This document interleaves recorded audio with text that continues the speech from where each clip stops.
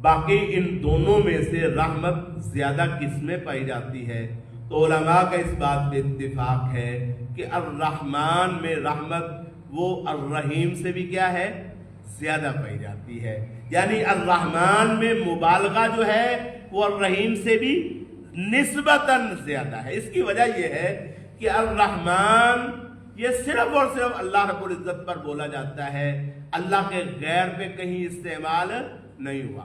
الرحیم لفظ جو ہے یہ غیر اللہ کے لیے کہیں استعمال نہیں ہوا، نہ قرآن مجید میں استعمال ہوا ہے، نہ رسول کریم صلی اللہ علیہ وسلم کی حدیث میں استعمال ہوا. جبکہ الرحیم لفظ جو ہے یہ غیر اللہ کے لیے بھی استعمال کیا گیا ہے، جیسا کہ رسول کریم صلی اللہ علیہ وسلم کے بارے میں اللہ فرماتے ہیں بالمؤمنین رحیم رؤوف الرحیم، کہ نبی کریم علیہ السلام اہل ایمان پر شفقت کرنے والے اور مہربانی کرنے والے. تو الرحمن میں دونوں مبالغے کے سیغے، الرحمن بھی مبالغہ ہے رحمت میں مہربانی میں، الرحیم بھی مبالغہ ہے رحمت میں مہربانی میں، لیکن الرحمن میں مبالغہ وہ الرحیم سے بھی کیا ہے؟ زیادہ ہے. آپ یوں سمجھیے کہ دونوں سپرلیٹو ڈگریاں ہیں رحمت میں، لیکن الرحمن سپرلیٹو سے بھی اگر کوئی اوپر ہو سکتی تو وہ ہے، اور الرحیم اس سے کیا ہے؟ نسبتاً کم ہے. الرحمن میں نسبتاً مبالغہ الرحیم سے بھی زیادہ ہے. تو دونوں کو اکٹھا کرنے کی ضرورت کیا پیش آئی؟ کچھ علماء کہتے ہیں اس لیے ان دونوں صفتوں کو اکٹھا کیا ہے تاکہ مبالغے میں اضافہ ہو سکے. کیا ہو سکے کہ مبالغے میں اللہ کی رحمت کی صفت کو بیان کرنے میں اضافہ کیا ہے، مبالغے میں اضافہ کیا ہے، اور اس کی جو شدت ہے رحمت کی اس کو مزید واضح کرنے کے لیے دونوں لفظ بیان کر دیے. اچھا، بعض علماء پھر ان دونوں میں فرق بھی کرتے ہیں. وہ کہتے ہیں رحمان کا معنی یہ ہے یا رحمان الدنیا والآخرہ. رحمان کا معنی ہے وہ ذات جو اہل ایمان پر رحم کرے. کن پر رحم کرے؟ اہل ایمان پر رحمت کرے آخرت میں. اور رحیم وہ ذات ہے جو اہل ایمان پر اور غیر اہل ایمان سب پر رحمت کرے. اچھا، بعض کہتے ہیں کہ رحمان کا معنی ہے جو رحمان وہ ذات ہے جو مسلمانوں پر، مومنوں پر اور غیر مومنوں دونوں پر رحمت کرے. تو بعض کہتے ہیں رحمان کا تعلق آخرت کے ساتھ ہے، رحیم کا تعلق دنیا کے ساتھ ہے. بعض کہتے ہیں کہ رحمان کا تعلق دنیا کے ساتھ ہے اور رحیم کا تعلق آخرت کے ساتھ ہے. خیر، یہ مختلف باتیں ہیں جو علماء نے بڑی تفصیل کے ساتھ نقل کیے، لیکن ان کے دلائل وہ قرآن و سنت سے کہیں نہیں ملتے. تو بسم اللہ الرحمن الرحیم، اللہ کے نام سے جو بڑا مہربان نہایت رحم کرنے والا ہے، یہ اس کا ترجمہ ہوگا. رحمت کتنی اللہ کی؟ رسول کریم صلی اللہ علیہ وآلہ وسلم نے ارشاد فرمایا کہ اللہ تبارک و تعالیٰ نے عرش کے سامنے جب عرش پہ تشریف فرما ہوئے تو اللہ پروردگار عالم نے عرش پر ایک کتبہ لکھا اور اس کتبے پہ یہ تحریر فرمایا ان رحمتی وسعت غضبی، کہ میرا غضب اللہ کا بڑا شدید ہے، اس پہ تو کوئی شک نہیں ہے. لیکن وہاں پہ اللہ نے یہ تحریر فرمایا کہ ان رحمتی، میری رحمت، وسعت غضبی، میرے غضب پر بھی وسیع ہے. یعنی میری رحمت میرے غضب سے بھی کیا ہو گئی ہے؟ زیادہ ہو گئی ہے، شدید ہو گئی ہے. تو اس سے معلوم ہوتا ہے اللہ واقعات رحمان بھی ہے اور رحیم بھی ہے. الحمدللہ رب العالمین، سب تعریفیں، ہر طرح کی تعریف للہ، اللہ کے لیے ہے. رب العالمین، جو تمام جہانوں کا پروردگار ہے. الحمد میں جو الف لام ہے اس کو علماء لغت کہتے ہیں، علماء جو نحو و صرف ہے وہ کہتے ہیں کہ الحمد میں الف لام جو ہے یہ استغراق کا ہے. استغراق کا معنی ہوتا ہے عموم، یعنی الحمد میں جو الف لام ہے اس کا مطلب ہے کہ ہر قسم کی حمد، ہر قسم کی، یہ عموم ہے. تو ہر قسم کی مطلب ہے ہر شخص جو تعریف کرے، ہر شخص جس کی تعریف کی جائے، ہر شخص جو تعریف کرے وہ بھی اصل میں کس کے لیے ہے؟ اللہ کے لیے ہے. ہر وہ تعریف جو کسی کی جائے وہ بھی دراصل کس کے لیے ہے؟ اللہ کے لیے ہے. ہر وہ تعریف جو کسی بھی جگہ پہ کی جائے، ہر وہ تعریف جو کسی بھی جگہ، کوئی زمین پہ کی جائے یا آسمانوں پہ کی جائے یا جنگلوں میں کی جائے یا زمین کی تہوں میں کی جائے یا آسمانوں کے وسط میں کی جائے یا عرش پہ کی جائے، اچھا ہر وہ تعریف جو کی جائے، ہر وہ تعریف جو کسی کی بھی کی جائے، ہر وہ تعریف جو کہیں بھی کی جائے، وہ دراصل کس کے لیے ہے؟ للہ۔ کس کے لیے ہے؟ اللہ تبارک و تعالی۔ کیونکہ اب جب کسی کی تعریف کرو گے، اب کہو گے یار بندہ بڑا سونا ہے، تو اس کو سونا کس نے بنایا ہے؟ آپ تعریف کرو گے یہ بڑا قادر الکلام آدمی، بات بڑی کرتا ہے، تو بات کرنے کی قوت دینے والا کون ہے؟ آپ کہو گے ماشاءاللہ بڑا لمبا قد ہے اس کا، تو اس کا لمبا قد بنایا کس نے ہے؟ تو جس کا لمبا قد ہے، جو بندہ بے بس ہے، اس کی تعریف بنتی ہے کہ اس کی بنتی ہے جس نے اس کو لمبا قد دیا ہے۔ اچھا جو گفتگو بڑی اچھی کر لیتا ہے، اس کو اللہ تعالیٰ اگر بے بس کرے تو وہ ایک جملہ بھی نہ بول سکے، تو تعریف پھر گفتگو کرنے والے کی ہے یا اس کو یہ صلاحیت دینے والے کی تعریف ہے؟ تو الحمد کا معنی ہے کہ ہر طرح کی تعریف، ہر قسم کی تعریف جو بھی کی جائے، جس کی بھی کی جائے، جہاں بھی کی جائے، جیسے بھی کی جائے، وہ دراصل کس کے لیے ہے؟ للہ۔ یہ للہ کی جو لام ہے یہ خاصیت ہے، یہ کیا ہے؟ خاص للہ، وہ خاص صرف اور صرف تعریف دراصل وہ کس کی ہے؟ اس کا حقدار اللہ ہے، اصل میں حقدار اس کا اللہ ہے۔ یہ سپیکر بڑا اچھا ہے، تو اس کا اصل میں حقدار کون ہے؟ ہم کہیں گے بھائی سپیکر بنانے والے نے بڑا اچھا بنایا، تو سپیکر بنانے والے کو کس نے بنایا؟ اچھا یہ بات بندہ بڑا، جیسے میں نے بھی کہا یہ گاڑی بڑی شاندار ہے، تو گاڑی شاندار ہے، اس کا مطلب یہ ہے کہ گاڑی بنانے والے نے بڑی شاندار بنائی ہے، تو بنانے والے کو کس نے بنایا؟ تو اصل میں جو بنیاد ہے وہ کون ہے؟ اللہ رب العزت کی ذات۔ جیسے میں نے اللہ بتایا کہ اللہ یہ نام ہے، اللہ کا ذاتی نام، الحمدللہ، ہر طرح کی تعریف، ہر قسم کی تعریف خاص صرف اور صرف اللہ کے لیے ہے، رب العالمین، جو پروردگار ہے۔ رب کا معنی مالک ہوتا ہے، رب کا معنی کیا ہوتا ہے؟ مالک ہوتا ہے۔ رب کا ایک معنی سید ہوتا ہے، کیا ہوتا ہے؟ سید، سردار۔ مالک بھی رب کا معنی ہے، سید بھی رب کا معنی ہے، اور پروردگار پرورش کرنے والا، کیا کرنے والا؟ پرورش کرنے والا، یہ بھی رب کا معنی ہے۔ تو تینوں معنی لفظ رب کے ہیں، مالک، سید اور رب، یعنی پرورش کرنے والا، مربی۔ مالک، سید اور مربی، یہ تینوں معنی کس کے ہیں؟ رب کے ہی۔ تو اللہ رب العزت بیک وقت پیدا کرتا ہے، پھر مالک ہے، اور پھر کیا ہے؟ سردار ہے، اور پھر کیا ہے؟ پرورش کرنے والا۔ پرورش کرنے والا مطلب ایسے نہیں کہ اس نے پیدا کر کے چھوڑ دیا، پیدا کر کے وہ اس کے اختتام تک مسلسل اس کا فالو اپ کرنے والا ہے۔ کیا کرنے والا ہے؟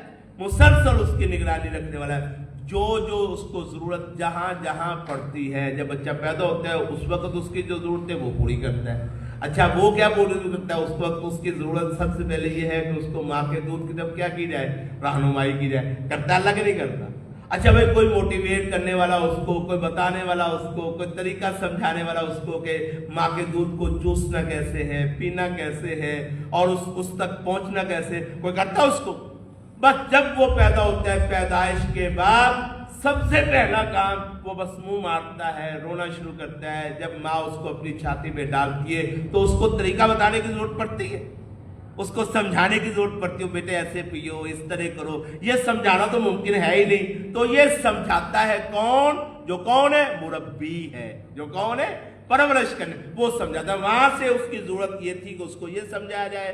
اچھا پھر جب یہ بڑا ہو جاتا ہے، جوان ہو جاتا ہے، پھر اس کی شادی ہو جاتی ہے، شادی کے بعد اب اس کی نسل آگے بڑھانی ہے، اور نسل بڑھانے کا طریقہ وہ سمجھانے والا کون ہے؟ اس کے لیے لوگ کہتے ہیں کہ یہ تربیت کرنی چاہیے بچوں کی، ان کو سمجھانا چاہیے یہ کیا ہے، یہ کیا ہے۔ بھائی کوئی سمجھانے کی ضرورت نہیں، کوئی تربیت کرنے کی ضرورت نہیں، ان کو بس حرام حلال بتاؤ شریعت کا۔ باقی اللہ نے انسان کی فطرت میں رکھا ہے۔ کہاں پہ رکھا ہے؟ آدم علیہ السلام کو بتایا کیا، پیدا کیا تھا تو اللہ نے ان کو کچھ بتایا تھا؟ نہیں، ان کی فطرت تھی۔ آدم علیہ السلام پیدا ہوئے تو پیدائش کے بعد اللہ کہتا ہے ہم نے اس سے اس کی بیوی کو پیدا کیا، باقی سارے طریقے وہ خود بخود آ گئے، یہ اس کی فطرت ہے۔ یہ اللہ رب العزت کا جو لفظ ہے نا ربوبیت،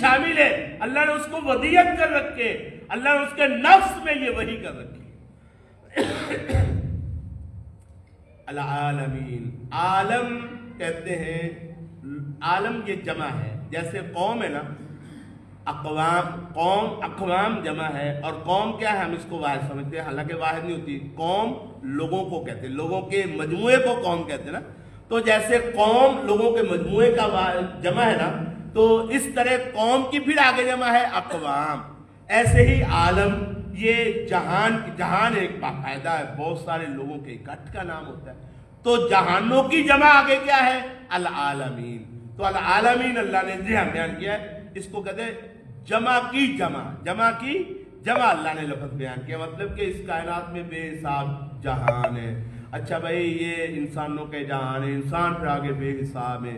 پھر یہ جانوروں کے ہیں, جانوروں کی بے حساب پھر صفتیں. اچھا, کچھ جانور خشکی کے, کچھ جانور تری کے, کچھ کہیں کے, کچھ کہیں کے. پھر یہ فرشتوں کا جہان ہے, اور پھر جناب یہ زمینوں کے جہان ہے, یہ آسمانوں کے جہان ہے. اچھا, ان کی تعداد, اور میں وما یعلم جنود ربک الا, تیرے رب کے لشکروں کی تعداد, تیرے رب نے اس کائنات میں جہان کس قدر پیدا کر رکھے ہیں, ان کی تعداد صرف اور صرف کون جانتا ہے, اللہ وحدہ لا شریک. الحمدللہ رب العالمین. تمام تعریف, ہر طرح کی تعریف اللہ کے لیے ہے. رب العالمین, جو کہ پروردگار ہے, جو کہ مالک ہے, جو کہ سید ہے تمام جہان.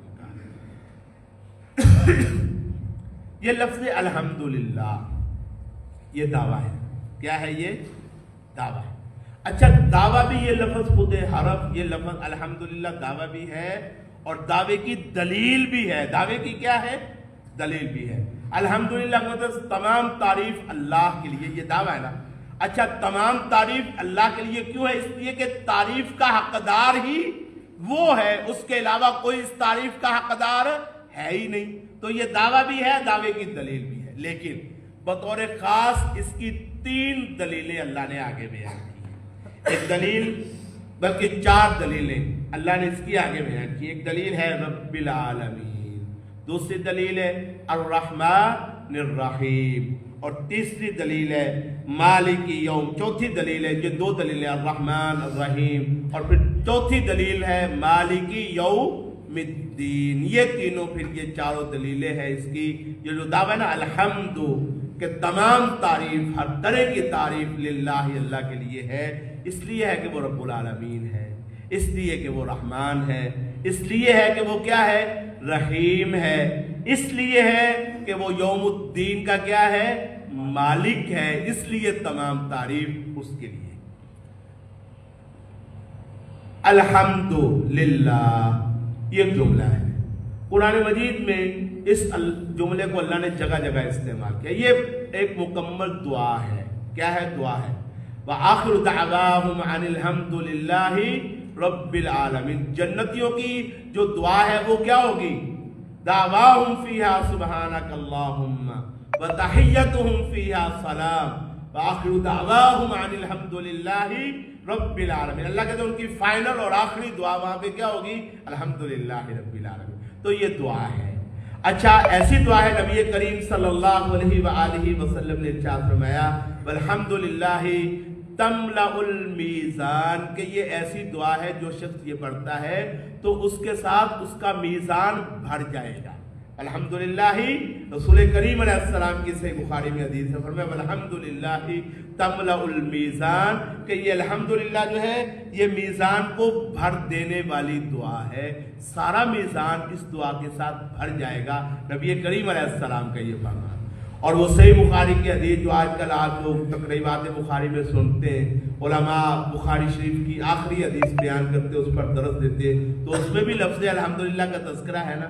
اور میں سبحان اللہ و بحمدہ سبحان اللہ العظیم, تو بحمدہ یہ وہاں پہ اللہ رب العزت کی تعریف کا وہاں پہ بھی تذکرہ ہے. اچھا, الحمدللہ دعا ہے. ہم اپنی زندگی میں اکثر کاموں میں یہ دعا پڑھتے ہیں. کھانا کھانے کے بعد کون سی دعا پڑھتے ہیں, الحمدللہ.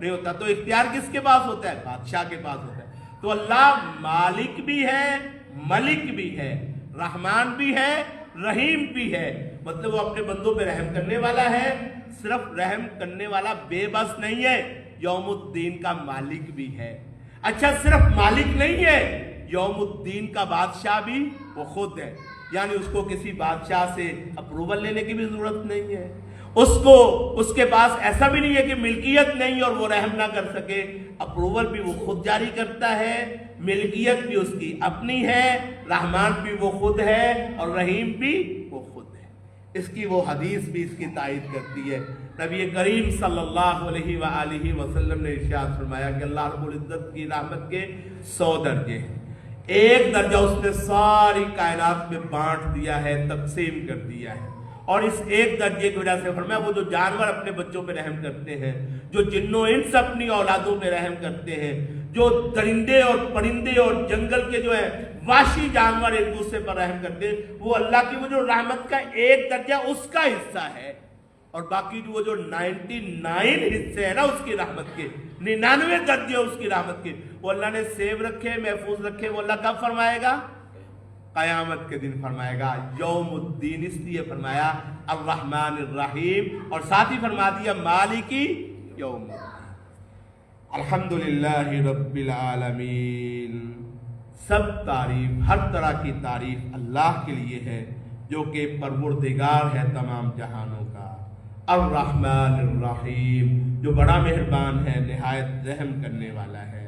مالکی یوم الدین، جو کہ بدلے کے دن کا مالک. دنیا میں بھی بدلہ ہوتا رہتا ہے، مکافات عمل آپ نے سنا ہوگا لفظ، بدلہ دنیا میں بھی ہوتا ہے، لیکن اصل بدلہ اور فائنل بدلے وہ کب ہوں گے؟ قیامت کے دن. اس لیے قیامت کے دنوں کے مختلف نام ہیں. ان ناموں میں سے ایک نام ہے قیامت کے دن کا یوم الدین، کہ وہ جزا کا دن ہے، بدلے کا دن. اللہ رب العزت سے دعا ہے اللہ تبارک و تعالی سمجھنے کی اور عمل کرنے کی توفیق عطا فرمائے. وآخر دعوانا الحمدللہ رب العالمین.